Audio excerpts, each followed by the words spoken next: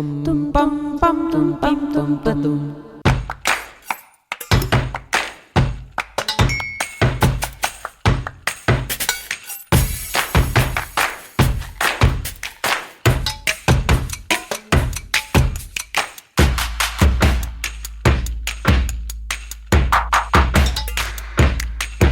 Este libro, El cambio constitucional en Cuba, que coordinamos con los doctores Belia Cecilia Boves y Armando Chaguaceda, surgió de una coyuntura muy precisa que fue el momento de la normalización de relaciones entre Estados Unidos y Cuba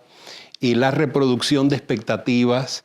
de aceleración de las reformas económicas dentro de Cuba. Y en ese contexto, en algunos momentos hubo anuncios oficiales o semioficiales de constitucionalización de las reformas. Se habló de plasmar en la Constitución, de algún modo codificar en la Constitución actual, que es la del 76, reformada parcialmente, aunque bastante, en el año 92 y muy mínimamente en el año 2002, codificar en ese texto constitucional los cambios introducidos con el llamado proceso de actualización del socialismo entre 2012 y 2015. Pero también se habló de nuevas legislaciones no necesariamente constitucionales, como una nueva ley electoral, una nueva ley de medios, una nueva ley de asociaciones, que también tendrían un reflejo constitucional. Entonces nosotros dijimos, bueno, vamos a reunir a un grupo de académicos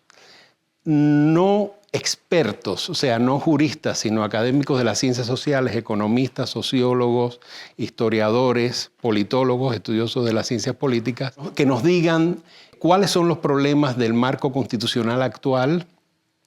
por dónde podrían venir las reformas oficiales y qué se requeriría realmente para avanzar en un proceso constituyente nuevo,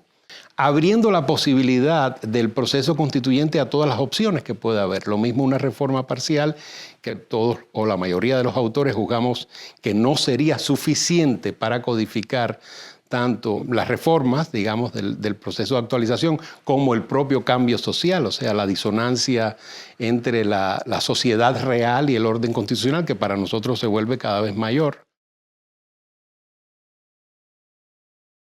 En la primera parte del libro que cubrimos Carlos Manuel Rodríguez Arrechavaleta y yo,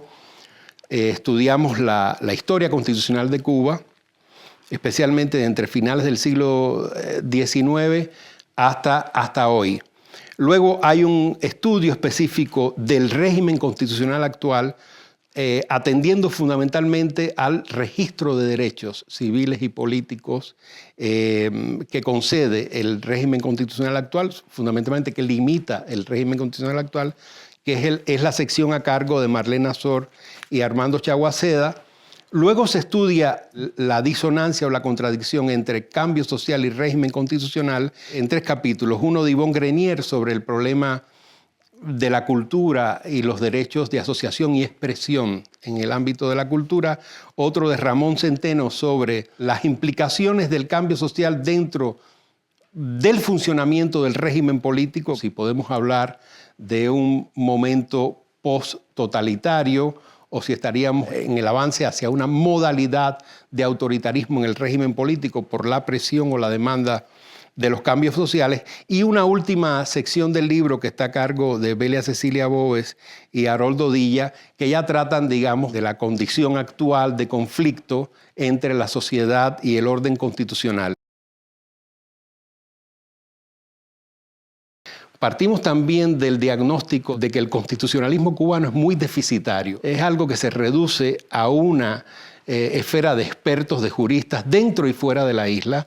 Tenemos una cultura constitucional muy limitada, muy poco difundida. Desde las posiciones oficiales no se apela a la Constitución para legitimar el orden, se apela a la Constitución casuísticamente para aplicarla en ciertos casos, por ejemplo, en la represión. Sin embargo, en Cuba no tenemos desarrollado un sistema de tribunales para fiscalizar la aplicación de la Constitución. Es decir,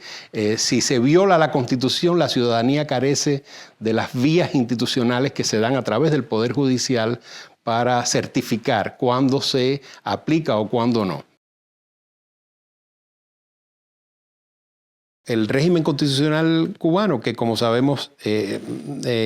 mantiene todavía un legado poderoso, una herencia muy fuerte del constitucionalismo soviético, específicamente del constitucionalismo estalinista de 1936, se presenta como desfasado, descontinuado con respecto a los avances del constitucionalismo latinoamericano, sobre todo de la izquierda, autodenominada bolivariana. Las constituciones de Venezuela de 1999, de Ecuador y Bolivia entre 2008 y 2009. Y una zona específica en la que el régimen constitucional actual demuestra su precariedad o su desfase tiene que ver con los derechos llamados de tercera y cuarta generación, que son los derechos ambientales, los derechos sexuales, de igualdad de género, de beneficio social para los trabajadores, los derechos de las emigraciones, de las comunidades migratorias. Por ejemplo, el derecho a voto en el exterior, es decir, a la participación de la emigración en los procesos electorales, de iniciativas ciudadanas de ley, no únicamente en las elecciones regulares, sino en la aplicación de plebiscitos o referéndums, ¿verdad?, para cuestiones que tengan que ver con la comunidad. Ahí, naturalmente, la Constitución cubana, digamos, sigue girando en una órbita muy obsoleta, muy descontinuada por el avance de los procesos constitucionales en América Latina. Pum, pam, pam, tum, pam, tum, pa, tum.